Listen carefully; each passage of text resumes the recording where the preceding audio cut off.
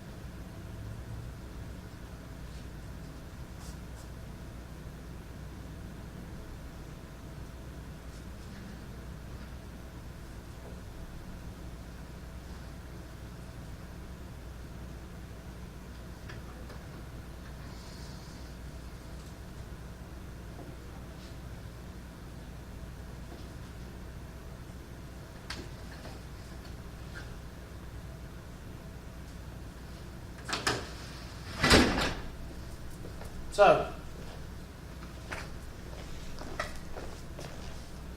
plug in 0 for x, you get negative 4 over negative 2, which is what? 2. So when you plug in 0 for x, you get 2. So that's our y-intercept.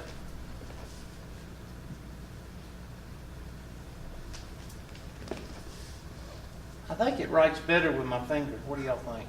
Yeah. That means those things are messed up.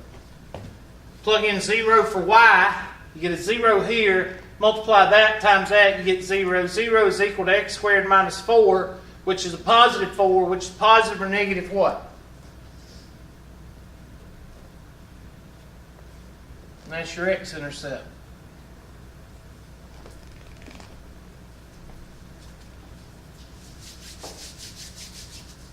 Set the denominator equal to 0.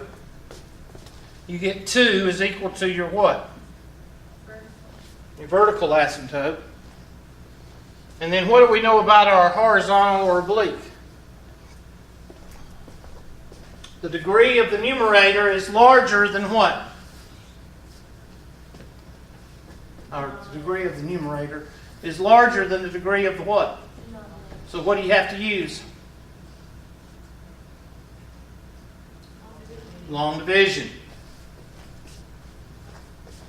So x, I'm going to go over here, x minus 2 into, and there's nothing missing, well there is something missing, x squared plus 0x minus 4. X will go into x squared x times x is x squared, x times negative 2 is negative 2x. You always subtract. That'll make this a negative and this a positive. That always goes out. 0 plus 2 is 2x, and the 4 helps out. How many times will x go into 2x? 2 times, Hubert. 2 times x is 2x. 2 times negative 2 is what? Negative 4. You always subtract. That makes this a negative and this a positive. So what happens? That first one goes out, and you're left with 0 remainder. So, this is our what? Oblique what? Asymptote. So, draw. 0, 2 is our y-intercept. Hey, it works. It's better with finger. 2, 0 is this way. Negative 2, 0 this way. We've got a vertical asymptote at 2.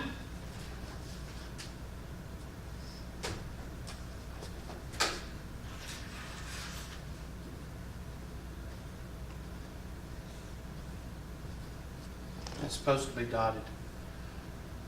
And then what's our oblique asymptote is what? X plus 2. So how do you do x plus 2? Well, your y-intercept is 2. So that's right here. And you've got a 1-to-1. So it's about a 45-degree angle. Like that. So chances are your line is going to look something like this. It's supposed to cross right here, like that. I think what I want.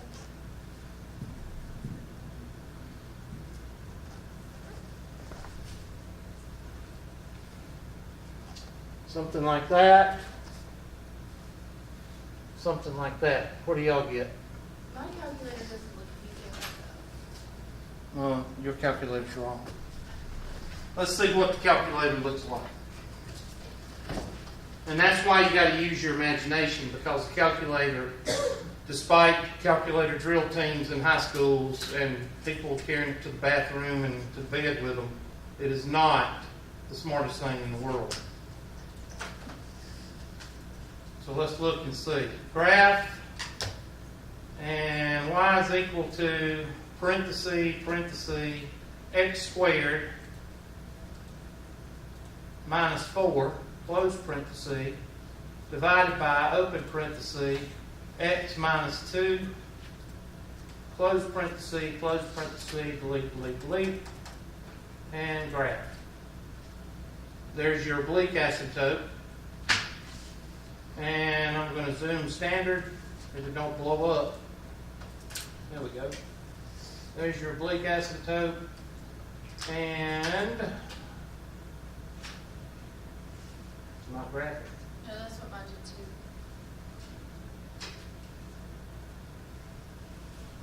Hold on. Make sure I got it in here. X squared minus 4.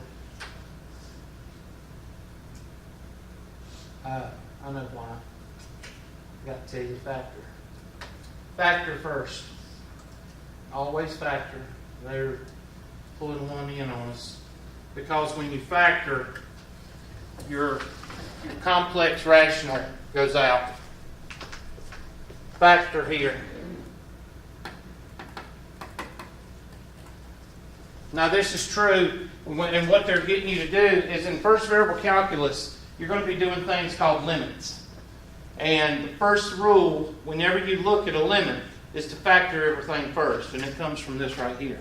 Factor. So you get x plus what? X plus 2 times what? X minus 2. Over x minus 2. And what happens?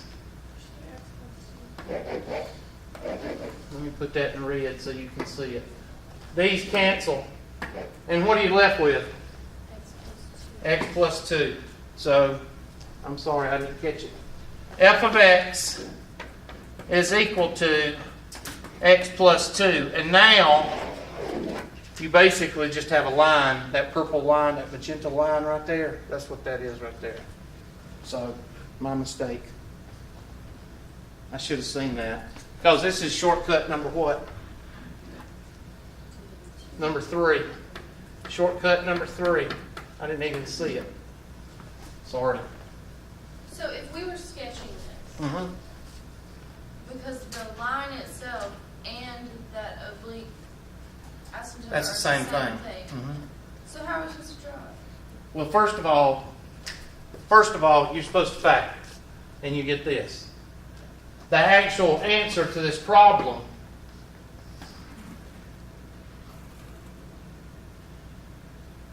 is this. That's the answer.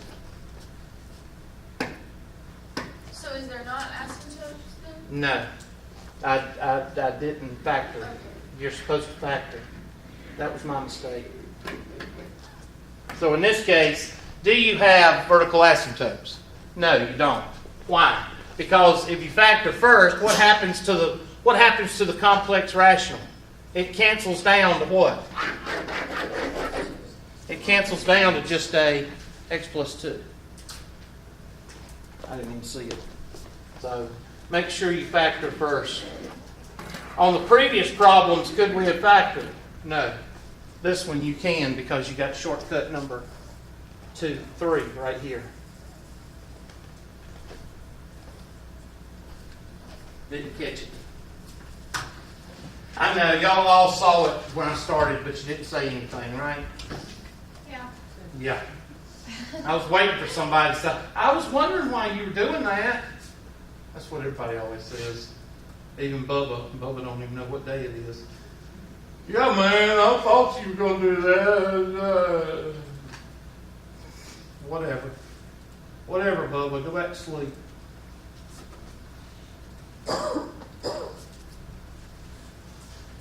And that's what they tell you to do right here. See the word factor? Right there. Sorry. All right, let's move on, because that's about the only 2 sections that you're going to see. I think after that we get into solving complex. Yep. Now, what did I just show you?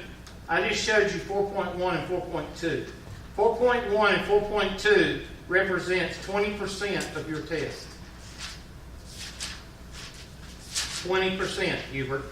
Yeah, that means for every 10 questions, 2 of them are going to come from 4.1 and 4.2.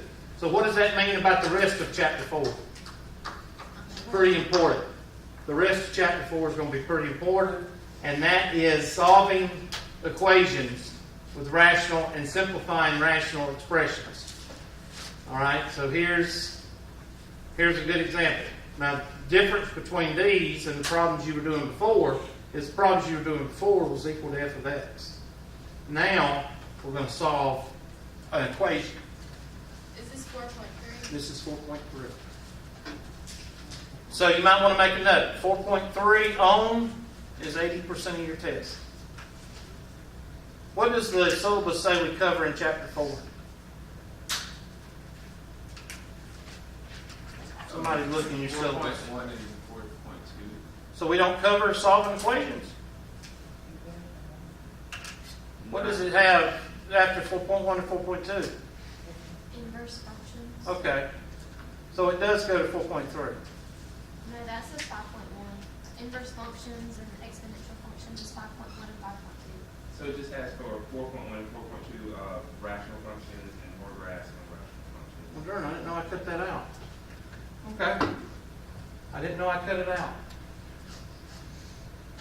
I'm the one that did the syllabi, so much for that. Let's go to chapter 5. What page is chapter 5 on?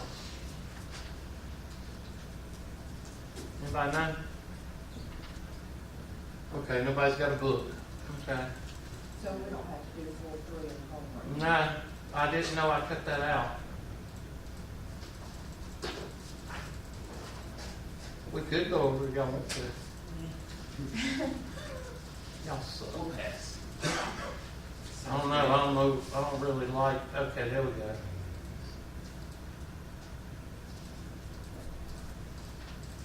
Okay, 5.1. I didn't know we did that. There must have been some new change I did last semester. 5.1, inverse functions. So this is going to be 80% of No, I haven't. I didn't know we went to chapter 5. So we're still talking. Just wait till I get to the important stuff. We're going to get to the important stuff. If I don't see important stuff, then I'll have to look at your syllabus and see. I don't know what we're going over because that just messed me up. A function is 1-to-1 if a is equal to a equals b implies f of a is equal to f of b. Now, what in the heck does that mean? Well, decide whether these functions are 1-to-1. And 1-to-1 means if we choose a is equal to 3 and b is equal to 3, let's see what happens when you plug it in. When you plug it in, when you plug 3 in and you plug negative 3 in to the same equation and you get the same what? Answer, then it cannot be 1-to-1. If you plug in f of 4 or f of 3 and f of negative 3 and you get the same answer, it cannot be a 1-to-1 function. So you need to write that down. Okay? F of A is equal to f of B, and A is not equal to B, then it is not a 1-to-1 function.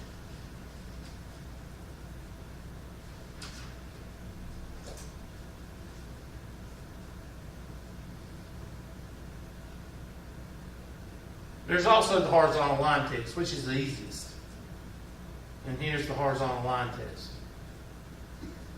A function is 1-to-1 if every horizontal line intersects a graph at most once. A function is 1-to-1 if it crosses one time. So if it crosses 2 times, it is not a what? So is parabolas 1-to-1? No. Think about it. What is 1-to-1? It's like a 45-degree angle. One foot this way, 1 foot this way. That's a 45-degree angle. Any of y'all know any carpenters? If a carpenter wants a 45-degree angle, they don't measure it. They just go 1 foot this way, 1 foot this way. They got a 45-degree angle. And you'll see them. They'll do that. When they're building something, they won't pull out an angle and pull out 45 degrees. They'll go, okay, 5 foot this way, 5 foot this way, and it's 45 degrees. So 1-to-1 would be something like a straight line. All right? Horizontal line test shows that. If, and put this down as an example with this guy, a parabola, a circle, A hyperbola is a one-to-one function, but a parabola is not, or a circle is not. Here's your examples of one-to-ones. I mean, right here. And there's your 45-degree angle. For every time you go up 5, you go over what? 5. Go up 10, over 10, 1-to-1. This is not a one-to-one function.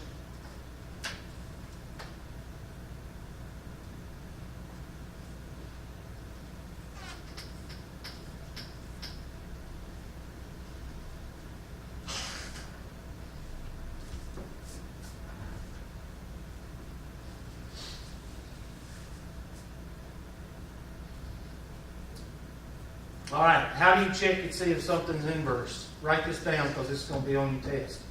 Inverse functions. See if something is inverse. Do Fogg and Goff.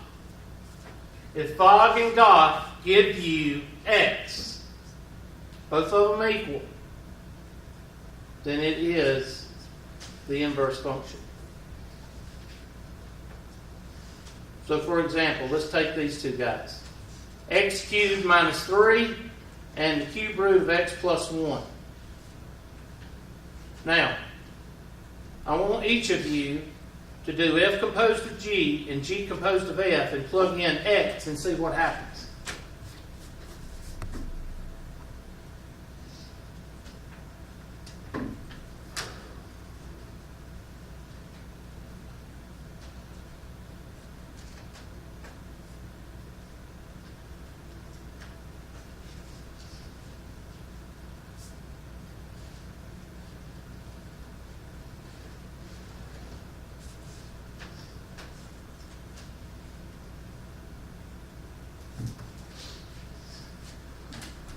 What page is this on? This is page 338. Do f composed of g and g composed of f. And then plug in x.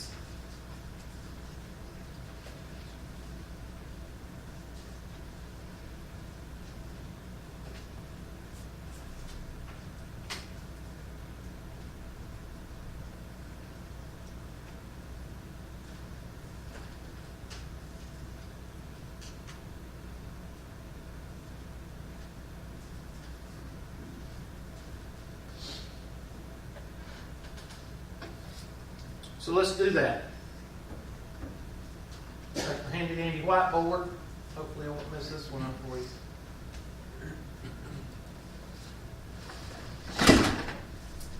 And what's f of x? X cubed minus 1. X cubed minus 1. Yes. And g of x, The cube root of x minus 1. all right, make sure I got both of those written down right. F composed of g, that means you're going to rewrite f in respect to x. You're going to put big sets of what? Parentheses. And then you're going to plug in g of x. And Goff, g composed of f, is equal to, you're going to rewrite this guy with a big set of parentheses.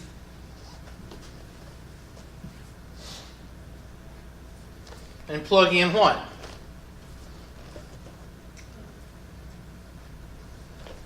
Now simplify both of those.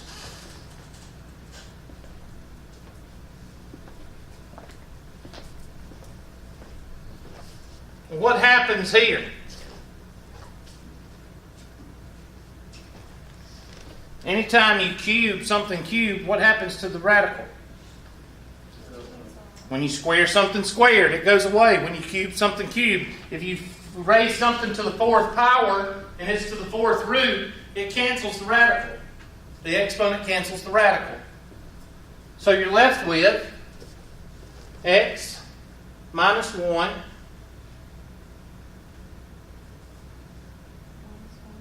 minus 1. You sure these two are x minus 1s? I thought it was x plus 1 in the cube root. That's okay. I asked y'all. I said, "Are both of these correct?" Y'all said nothing. And then you wait till I do the problem. I see how you do it, Miss McMurray. That's what you do. You set me up. I thought maybe I wrote it down wrong. Is it x plus? It's got to be. I don't even know now. There you go. It's right. And I caught that because I think these are supposed to come out right. And what does the negative 1 and plus 1 do? 0. And you're left with what? 0. 0. How about x? Last time I checked, x minus 0 is x. Okay. Tried to set me up, Miss Murray. I'm on to you now. All right, now, what happens to this guy? Well, nothing. Because you can't cancel this yet. But you can distribute a 1 right here. And now get rid of the parentheses. And you get the cube root of x cubed minus 1 plus 1. And what happens to the 1s? And what's the cube root of x cubed? X. X. So, is this an inverse? Is these two inverses of each other? Yes. Yes, because these two are the same. Now, if you came out with x squared here and x here, then these are not inverses of each other. Now, what does an inverse mean? It means that it's the kind of opposite function of the other. So, if you was to graph these two, take your handy dandy calculator, whatever that was, and let's clear that. X cubed minus 1. And we'll make that function look regular, and we'll make this function a little bit darker. And that's the cube root. We gotta hit the dang old math button. Dang old cube root. Dang old x plus 1. X plus 1. And hit graph. There's our first function. And our second function is right there. And what do you notice about the two? Are they somewhat symmetrical? Yes, an inverse function will be symmetrical to the, but it'll be going the what? It'll be going the opposite way, and it'll usually intersect. Where in the symmetric, or like a parabola, it doesn't intersect. It kind of goes symmetrical, but it goes the opposite way. This one, you see it crosses. So that is an inverse.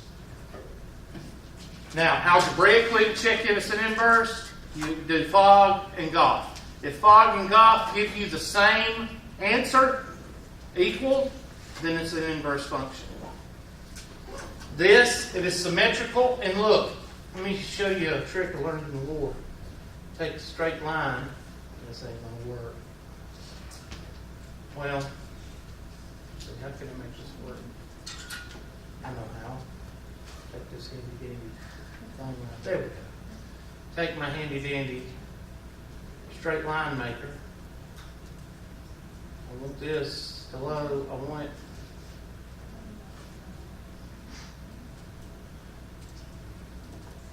I want it. Okay, whatever. I'm going to make a straight line. What is that line right there? That's a 45-degree angle. What is a 45-degree angle? 1 to 1, Hubert. Remember, 1 to 1? All right. Can you split these two right down the middle, and are they symmetrical to each other about the 1 to 1 or the oblique asymptote? Are they symmetrical? Yes. And that's how you tell on the graph. All right. By y'all packing up and clearing your desk, that means I guess it's about time for class to be over.